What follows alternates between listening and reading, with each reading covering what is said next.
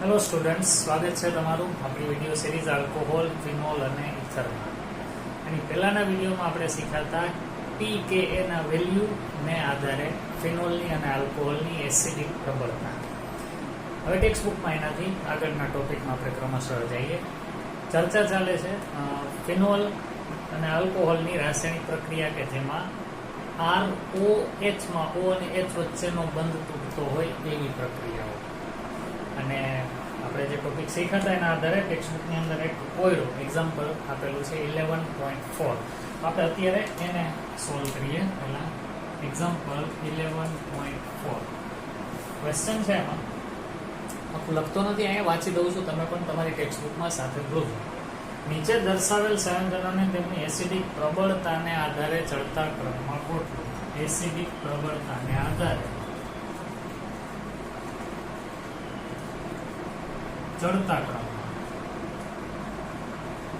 In ascending order of their acidic strength. કેવી રીતના આપણે એને ગોઠવવાનું છે.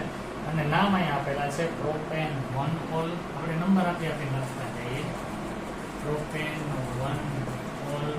પછી બીજું નામ છે 2,4,6 ટ્રાય નાઇટ્રોફિનોલ.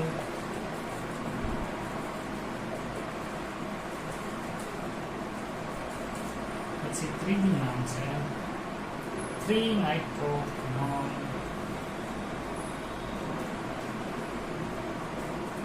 પછી ચોથું નામ છે 3,5-ડાયનાઇટ્રોફિનોલ.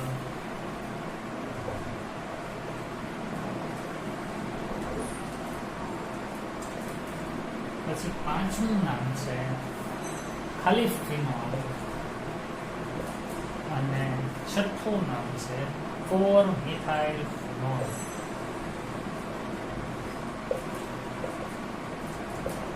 એસિડિક પ્રબળતાને આધારે ચડતો ક્રમ. સૌથી પહેલા બધા એના સ્ટ્રક્ચર આપણે દોરી લઈએ એટલે આપણને તરત ખ્યાલ આવવા માંડે. Propane 1 all, CH3 CH2 CH2OH. આ તો આલ્કોહોલ થયું. બાકીના બધા ફિનોલના ડેરિવેટિવ છે. જુઓ એટલે આપણને એ તો ખબર છે કે ભાઈ આલ્કોહોલ કરતા તો ફિનોલ વધુ એસિડિક હોય. આનો અર્થ એવો થયો કે આલ્કોહોલની એસિડિક પ્રબળતા સૌથી ઓછી, એટલે સૌથી ઓછો પ્રબળ પ્રોપેન 1 ઓલ જ હશે આ બધામાં. બીજાને આપણે સ્ટ્રક્ચર તો દોરીએ. 2,4,6 ટ્રાય નાઇટ્રોફિનોલ OH. અહીંયા પણ નાઇટ્રો છે, અહીંયા નાઇટ્રો અને અહીંયા પણ નાઇટ્રો. 2,4,6 ટ્રાય નાઇટ્રોફિનોલ અને પિટ્રિક એસિડ કહેવાય. અત્યારે બધા એના સ્ટ્રક્ચર જ હું પહેલા લખી દઉં છું. અહીંયા 3-નાઇટ્રોફિનોલ, અહીંયા OH છે, આ 1 2 અને અહીંયા 3 થર્ડ પર નાઇટ્રો ગ્રુપ હાજર હોય. પછી 3,5-ડાયનાઇટ્રોફિનોલ OH. અહીંયા આપણે 3 રાખીએ અને અહીંયા આપણે 5. એના પછી ખાલી ફિનોલ છે અને 4-મિથાઇલ-ફિનોલ.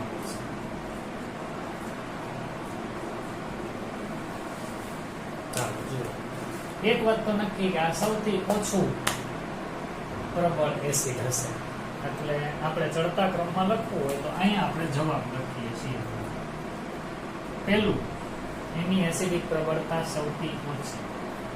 પછી આ બધા ફિનોલમાંથી ફિનોલના ઇલેક્ટ્રોન દાતા સમૂહ જોડાયેલા ઘટક હોય એ પ્રમાણમાં ઓછા એસિડિક હોય. એટલે આના પછી નંબર આવશે 6, 4-મિથાઇલ-ફિનોલ. પછી ઇલેક્ટ્રોન આકર્ષક સમૂહ વાળા કરતા સાદો ફિનોલ ઓછો એસિડિક હોય.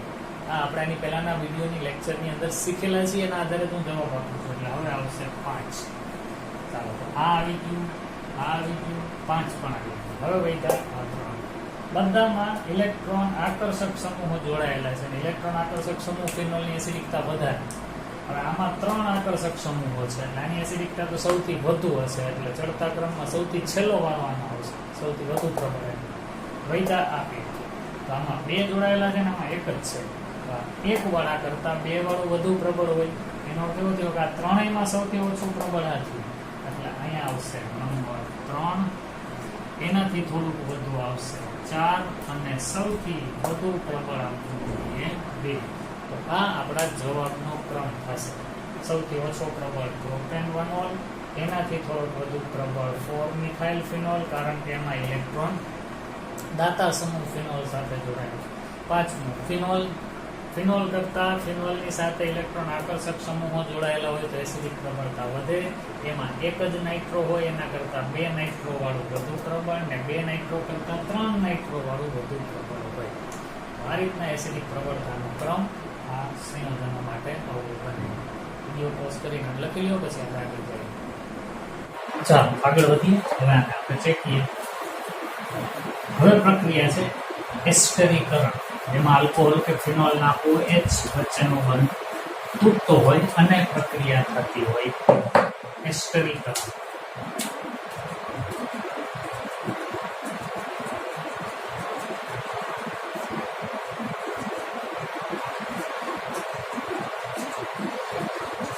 એસ્ટરીકરણ પ્રક્રિયા કોઈ પણ આલ્કોહોલ અને કાર્બોક્સિલિક એસિડ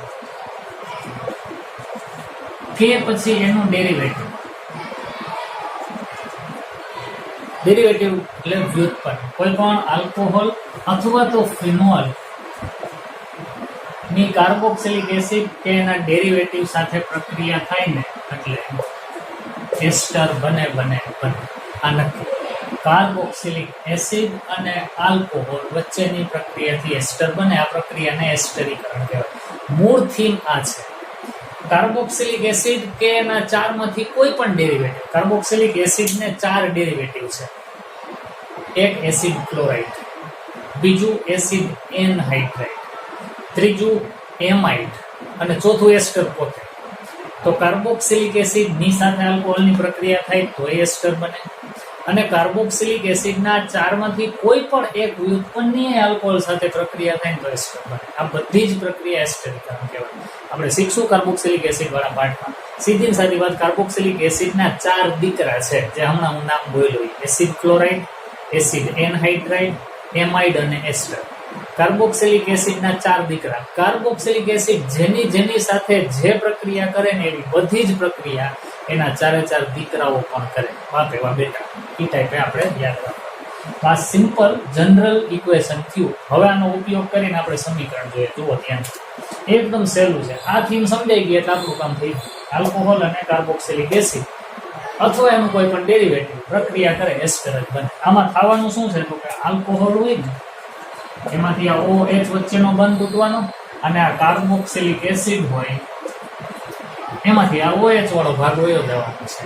એટલે આટલો પોર્શન એ આટલા પોર્શનની સાથે જોડાઈ જવાનો છે. એટલે આપણે એની કોઈ બનશે. સાથી મગજમાં રાખો એટલે તમને સમીકરણ આવી જશે.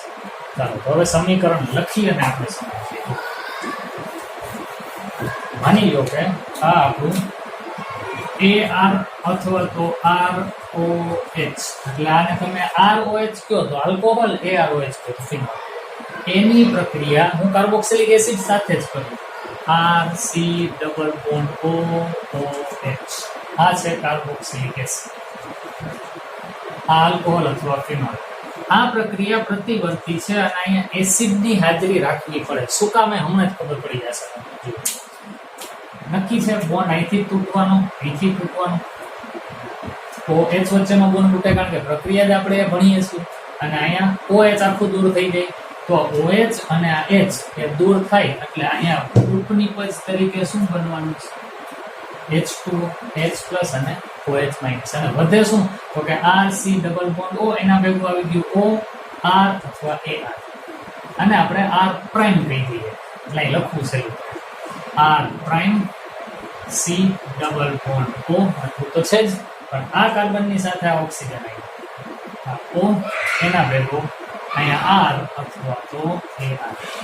તો જુઓ આ R prime C O O R અથવા AR. તો આપણો એસ્ટર બની ગયો. હવે પ્રશ્ન એ છે કે અહીંયા શું કામે H+ લીધું? તો પહેલી વાત, આ પ્રક્રિયા પ્રતિવર્તી છે. પ્રક્રિયકોમાંથી નિપજો બને અને આ નિપજો એકબીજાની હારે જોડાવા માંડે વળી પાછા પ્રક્રિયકો બને. આનો અર્થ એવો થયો કે નિપજોનું ઉત્પાદન ઓછું થાય. જો આમ જ થાય રાખતું હોય તો સંતુલનમાં આવી જાય. તમારે લસ અટેલિયનના સિદ્ધાંત પ્રમાણે પ્રક્રિયાને આ દિશામાં જ થવા દેવી હોય, આમ પાછી ન આવે એવું તમે ઈચ્છતા હો તો આ બેમાંથી એકાદાને તમારે દૂર કરવું પડે. તો સલ્ફ્યુરિક એસિડ રાખી દઈએ જે પ્રબળ ભેજ શોષક છે. એટલે જેવું પાણી બનશે એ સલ્ફ્યુરિક એસિડમાં શોષાઈ જશે એટલે પાણી અહીંથી દૂર થઈ ગયું. પરિણામે આને હવે ઓલાની હારે જોડાવાનું થયું જ નહીં એટલે નિપજ તરીકે એમને રહેશે. એટલા માટે કાર્બોક્સિલિક એસિડની આલ્કોહોલ કે ફિનોલ સાથેની પ્રક્રિયા એસિડ ઉદ્દીપકની હાજરીમાં થાય. હવે બીજું વળી પાછું AR અથવા તો ROH એની પ્રક્રિયા હવે આપણે એસિડ એનહાઇડ્રાઇડ હારે કરીએ. કાર્બોક્સિલિક એસિડનો એનહાઇડ્રાઇડ ફોર્મ્યુલા આવું છે R prime C double bond O પછી અહીંયા C double bond O R prime. આ એસિડ એનહાઇડ્રાઇડ. તો આમાં આટલો પોર્શન જ રહેશે, બાકીનું તો દૂર થવાનું. આટલો પોર્શન દૂર થઈ જાય, અહીંથી આ દૂર થઈ જાય. હવે વધે શું? તો કે આ પણ પ્રતિવર્તી પ્રક્રિયા એસિડની હાજરીમાં જ કરવામાં થાય. તો અહીંથી આપણે લખવાનું શરૂ કરીએ. આ R prime C double bond O આટલો પોર્શન ગયો, આ અહીંયા આવી જોડાઈ જાય. OR અથવા તો AR plus R prime C O અને H.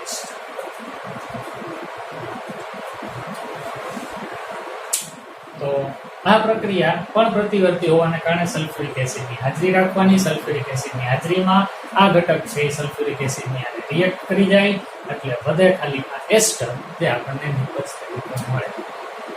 તો કાર્બોક્સિલિક એસિડનો ઉપયોગ કર્યો. આ કાર્બોક્સિલિક એસિડનો વ્યુત્પન્ન છે એસિડ એનહાઇડ્રાઇડ. હવે એ પણ ભેગા ભેગું સમજાવી દઉં કે આ એસિડ એનહાઇડ્રાઇડ શું કામે, અહીં ધ્યાન દેજો. RCOOH આ એક કાર્બોક્સિલિક એસિડ કહેવાય. આ બીજું કાર્બોક્સિલિક એસિડ. તો બે કાર્બોક્સિલિક એસિડના અણુ એકબીજાની હારે જોડાય ને ત્યારે પાણીનો એક અણુ દૂર થાય.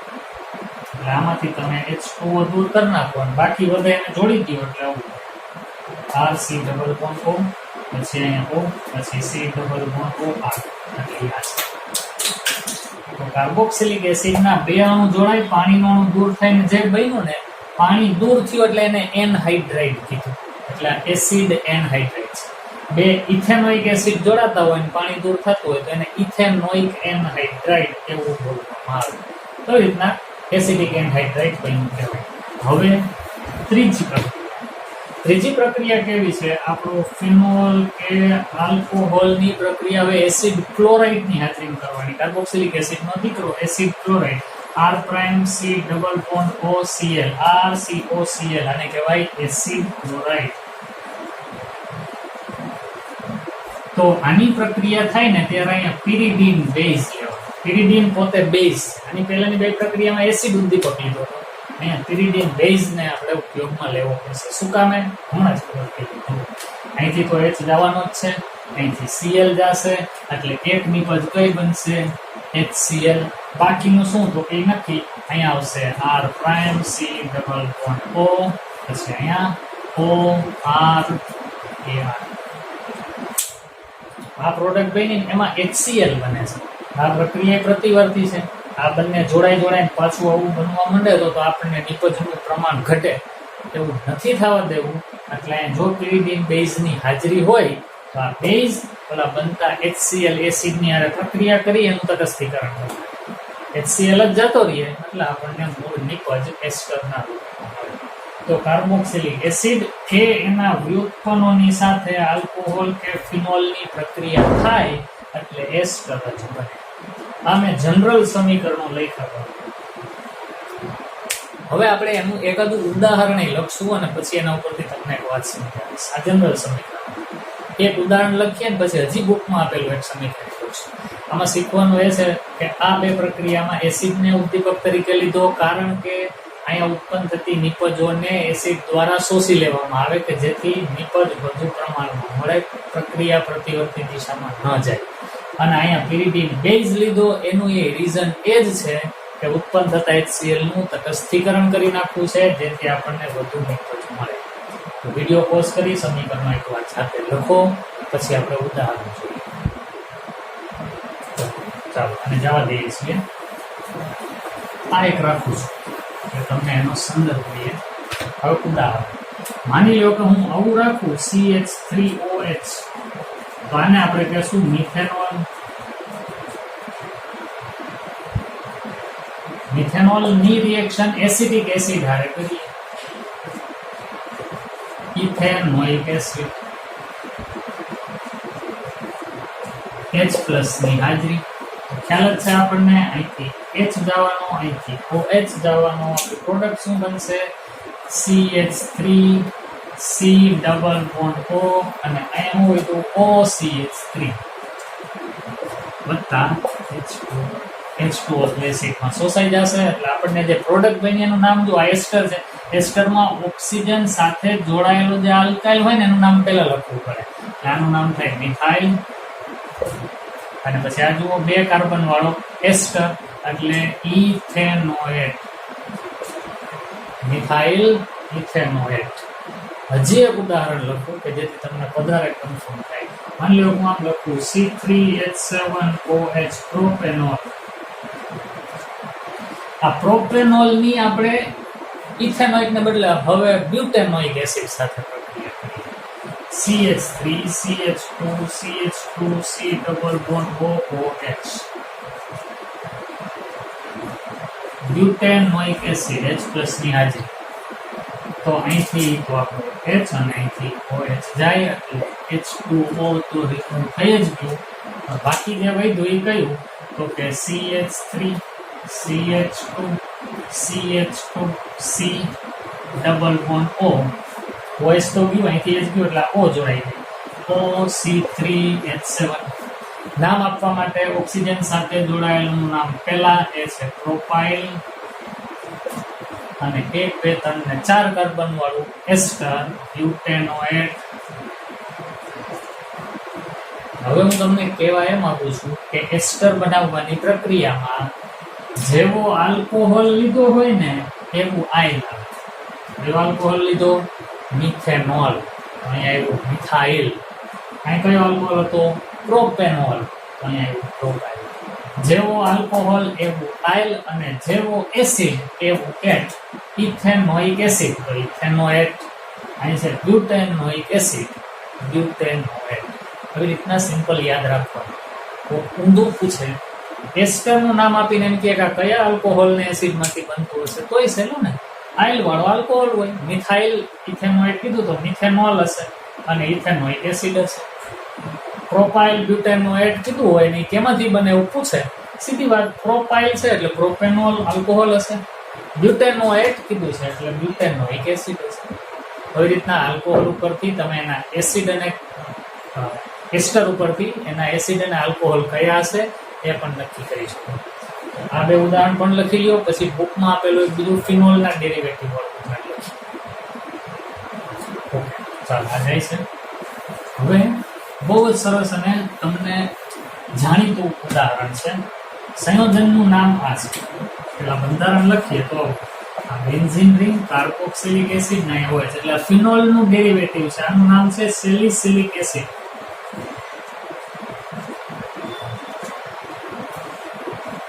આ સેલિસિલિક એસિડ છે. ફિનોલના ઓર્થો સ્થાન પર કાર્બોક્સિલિક એસિડ. આની પ્રક્રિયા જો આની સાથે કરવામાં આવે CH3CO twice O એટલે હમણાં થોડી વાર પહેલા મેં સમજાવ્યું હતું એસિટિક એનહાઇડ્રાઇડ.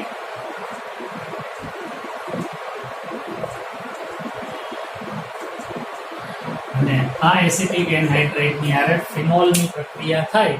અહીંથી નક્કી છે આ H જવાનો અને ત્યાં કોણ આવીને જોડાઈ જશે? અહીંયા ભેગું ફિનોલમાંથી આ H જાય અને ત્યાં આવીને જોડાય. આમાંથી કયો ભાગ દૂર થાય તો OCOCH3 દૂર થાય તો COCH3 વધે.